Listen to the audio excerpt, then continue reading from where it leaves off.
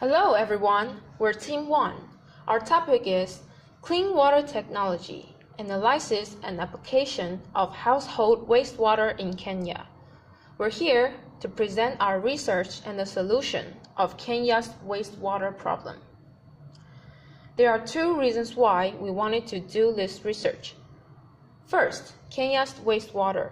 According to the data of Environmental and Social Impact Assessment of the Sewer System Upgrade Project, in Kisumu, a port city at Lake Victoria shore, 90% of the household wastewater is discharged into Lake Victoria, and since 2001, the number of factories has been increasing with economic growth in Africa. Thus, lots of chemicals are discharged into the lake. According to the news, a plastic factory in Kenya discharged 10 tons of wastewater into Lake Victoria. Second, Lake Victoria's serious eutrophic situation. Lake Victoria becomes an eutrophic lake because of a plant called water hyacinth.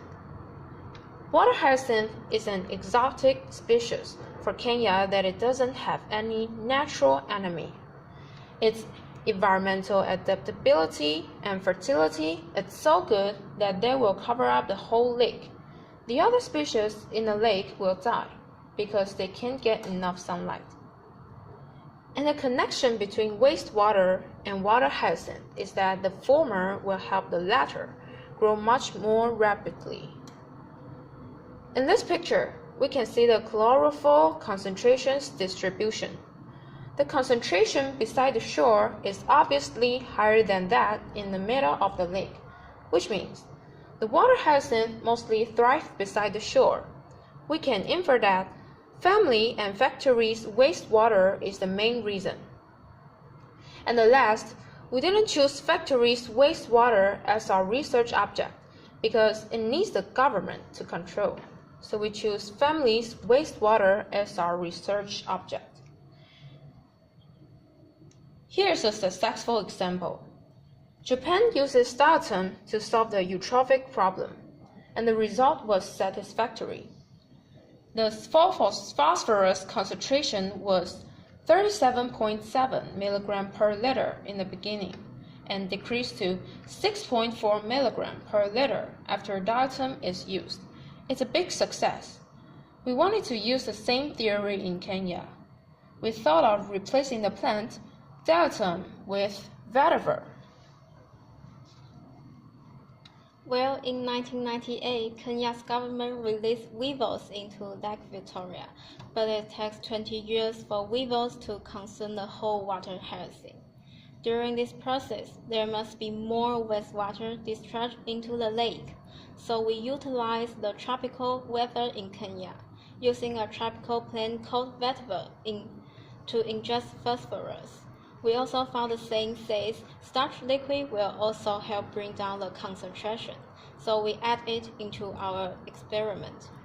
We wanted to curtail such long response time into several days.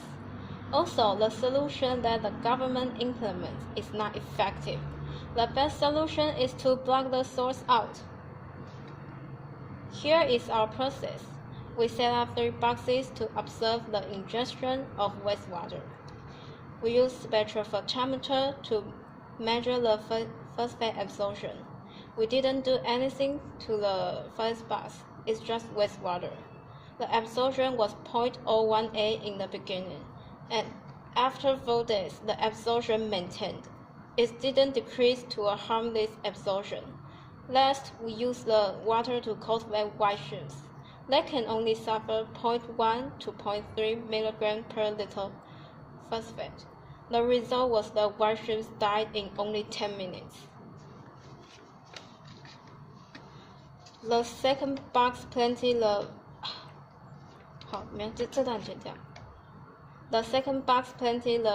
vetiver in it. The absorption was 0.01A in the beginning and was 0.002A after 4 days. It had almost done ingesting. Same, we used this water to cultivate white shrimp, and the white shrimps were alive. The third box planted vetiver plus aiding starch liquid. The absorption was 0.01 A in beginning and was 0 A after 2 days. This was much faster than the former two. After 4 days, we used this water to cultivate white shrimps, and the white shrimps were alive too. But there is a precondition that we have to filter the starch liquid for many times to avoid starch granule impacting the experiment result.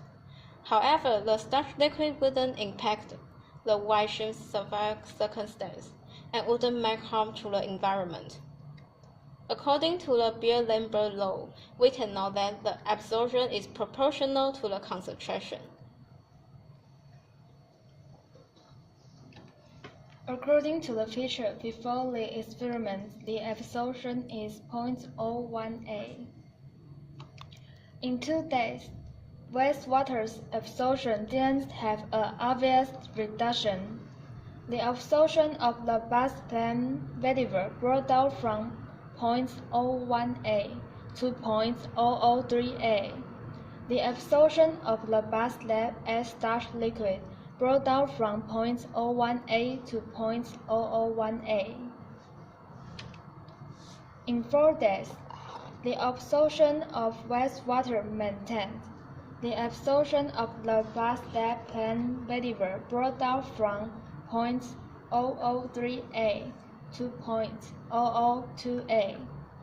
The absorption of the base lab as starch liquid brought down from 0.001 A to 0 A, the minimum. In 6 days, wastewater still didn't have an obvious reduction. The absorption of the base lab plant vetiver was 0.001 A.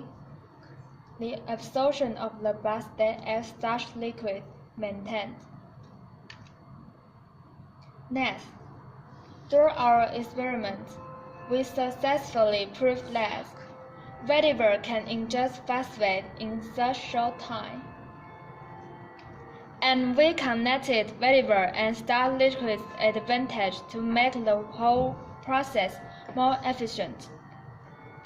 Also, because we solved the problem in the fundament, so the problem won't appear again. There's a lot of places that we wanted to improve. First, we used sodium phosphate to simulate Kenya's wastewater, so we want to use local wastewater to do the experiments again. Second, generally speaking, starch granule needs several days to precipitate. Because we want the whole experiment process can be as short as it can be, so we spend a lot of time filtering starch granule.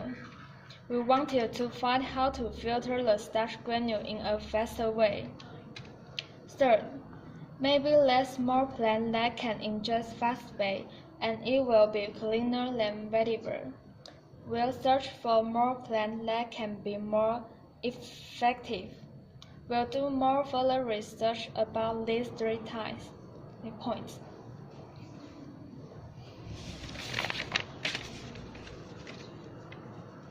We plan to set up a device that can put right under every family's drain pipe, with a amount of the wastewater. After it goes through our little device, people can get so much clean water. The water can be discharged directly and make no harm to the lake.